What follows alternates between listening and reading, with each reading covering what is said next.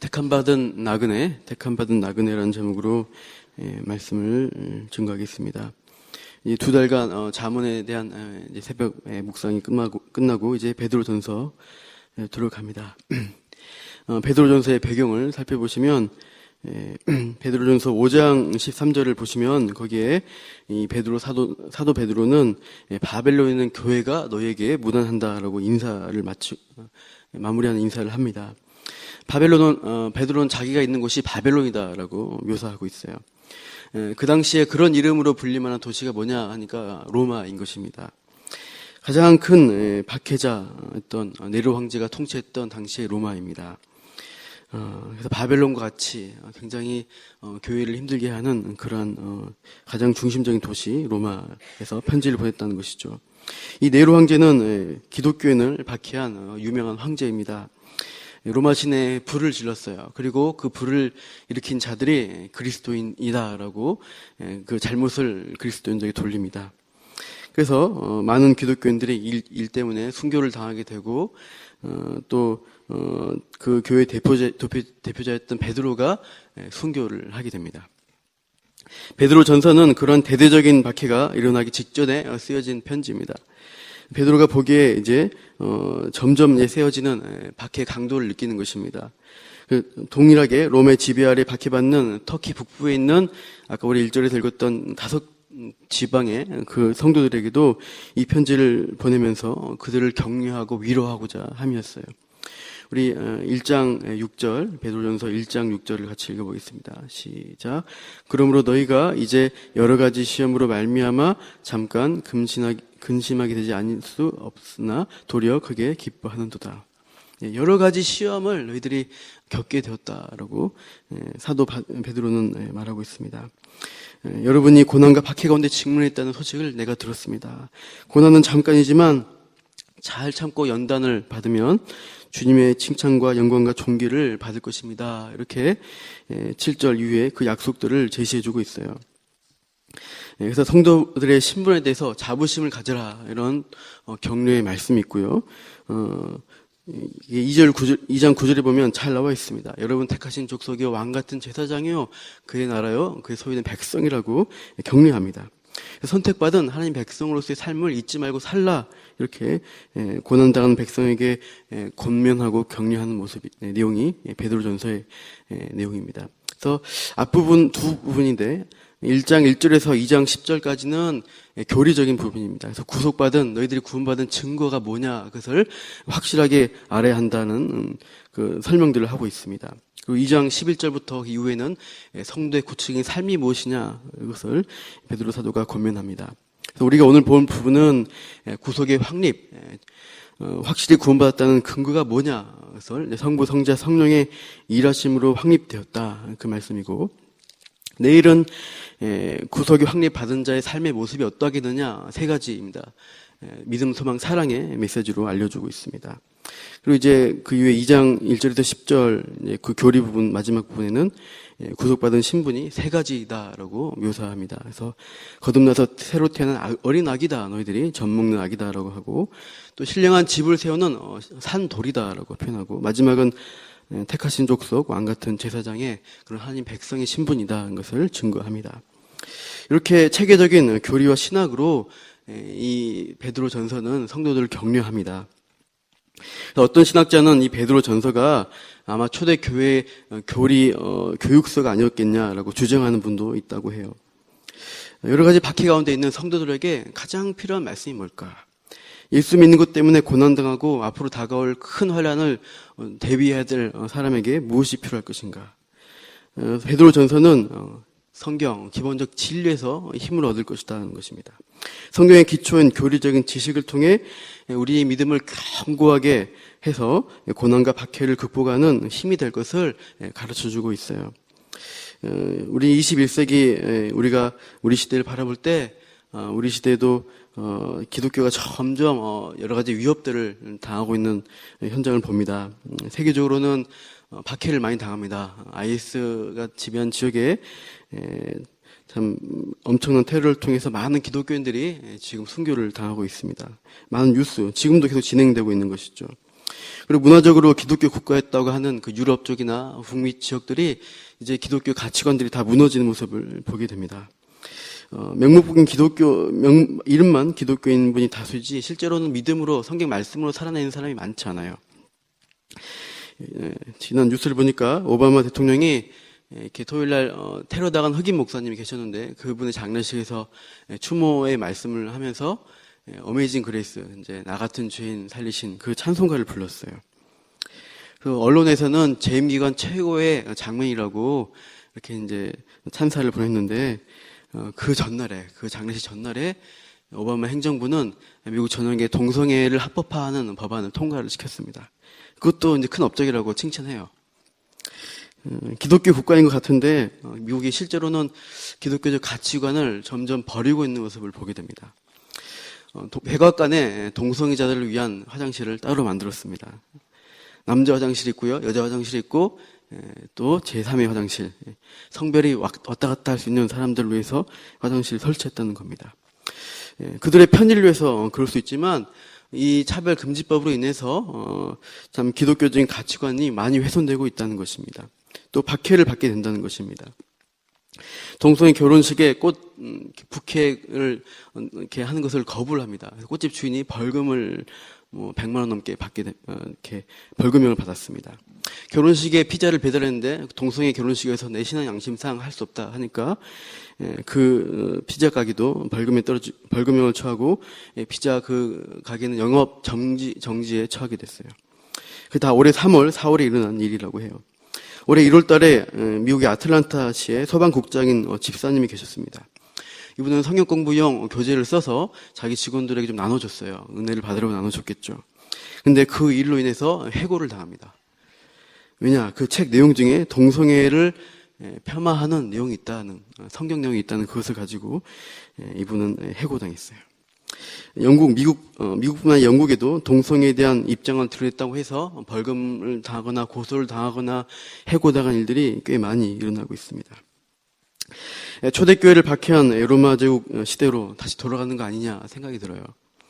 모든 신들, 모든 우상들을 공평하게 다 믿도록 하라. 왜 너희 배타적으로 너희 하나님만 믿으라 그러냐. 그것은 차별이다 하면서 우리가 불법이라고 말하는 것입니다. 우리나라도 심상치 않습니다. 몇 년 후 이제 세대가 교체되면은 지금 현재 우리 보수적으로 하고 있는 것들이 많이 바뀔 것 같아요. 법도 바뀔지 몰라요. 점점 세대가 어릴수록 동성애를 찬성하는 비율이 높습니다. 앞으로 10년, 20년 기독교 신앙으로 살아가는 것은 어려울 수 있겠다는 생각이 듭니다. 그러나 우리가 베드로전서 말씀 볼 때 이럴 때일서 우리의 신앙의 기본기를 탄탄히 하라는 것이에요. 우리가 어떤 사람이냐, 우리가 어디에 속했느냐 이것을 분명히 하라. 이 세상 일만 생각하면 한숨이 나오는데 우리는 더 큰 소망과 기대가 있다는 것입니다. 왜 그런가? 우리가 속한 곳은 이 땅이 아니라는 것입니다. 우리는 하늘에 속한 자들이라고 하는 것이에요. 우리 1절을 같이 읽겠습니다. 시작. 예수 그리스도의 사도 베드로는 본도, 갈라디아, 갑바도기아, 아시아와 비두니아에 흩어진 나그네. 우리는 흩어진 나그네라고 말씀하고 있습니다. 우리의 신분이 나그네라는 것을 잊지 말라는 것이에요. 나그네로 하면은 그 자기의 기득권이 있는 지역에서 떨어져 있기 때문에 좋은 대접 받기가 힘듭니다. 객지 생활이 편하지 않죠. 자기 터전을 떠나서 본토 친척 아비가 질비한 그 자기의 기득권이 있는 고향이 아니고 딴 지역에 가면은 대접받기 힘듭니다. 그러나 나그네로 살려고 하는 것입니다. 다른 집에 함께 사는 이방인이라는 원어적으로 뜻인데요. 그런 사람들이 누구입니까? 가나안에 거주했던 아브라함이 그렇습니다. 애굽에서 종살이했던 이스라엘 백성들이 그러한 삶을 살았어요. 완전히 정착하지 못해서 그래서 안정적이지 못하고 겉돕니다. 그러나 하나님 백성이 그 땅에 속한 자가 아니라는 것을 의미하는 것입니다. 하늘에 속했기 때문에 그 땅에 소망을 두지 않는 자들, 그래서 특별한 은혜가 있다는 것이에요. 히브리서 11장 16절 저희가 이제는 더 나은 본향을 사모하니 곧 하늘에 있는 것이라. 더 좋은 것이 있다는 것입니다. 하늘에서 우리를 기다리는 더 좋은 것들을 우리가 바라보면서 기대하고 소망을 가지라고 말씀합니다. 저희 이름이 종주형, 또 우리 이건희 목사님이 삼성의 아들의 이름이지 않습니까? 재벌가의. 현대 삼성 재벌가의 아들이 외국에 유학을 갔습니다.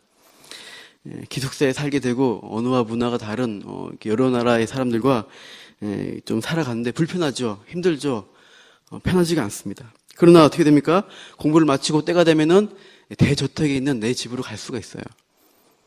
떵떵거리며 살 수 있는 날이 기대가 되기 때문에 잠깐 유학생 생활쯤이야 하면서 참고 인내할 수 있다는 것입니다. 이 나그네가 그런 나그네가 아니라 아주 특별한 나그네다. 소망 있는 나그네다. 그래서 2절에서 밝혀줍니다. 2절을 함께 읽겠습니다. 시작. 곧 하나님의 아버지의 미리 아심을 따라 성령이 거룩하게 하심으로 순종함과 예수 그리스도의 피 뿌림을 얻기 위하여 택하심을 받은 자들에게 편지하노니 은혜와 평강이 너에게 더욱 많을지어다. 예. 하나님이 특별히 택하심을 받은 자들로 이 나그네를 묘사하고 있는 거예요. 하나님이 특별히 선택한 자들, 하나님 백성 삼은 자들이다라고 정의합니다. 그게 저와 여러분이고 교회로 부르셨고 예수님을 믿게 하셨고 날마다 성령의 인도하심을 따라 살게 하셨다는 거예요. 그게 성도라는 것입니다. 우리가 어쩌다 보니까 우연히 교회 나왔고 어쩌다 보니까 그냥 예수 믿었고 어쩌다 보니까 그냥 신앙생활 하고 있는데 그것이 아니라는 거예요. 인간의 생각과 힘으로 어쩌다 믿게 된 것이 아니라고 말씀하는 거예요. 만약 우리가 어쩌다 믿었다면은 상황이 바뀌고 하면 믿음을 버릴 수가 있습니다. 또 어떤 상황이 되면은 다른 종교로 갈아탈 수도 있는 것이에요. 그러나 오늘 본문은 우리가 구원받은 것이 어쩌다가 아니라 철저한 하나님의 계획으로 되었다라고 강조하고 있습니다. 바로 성부, 성자, 성령의 사역 가운데 이루어졌다.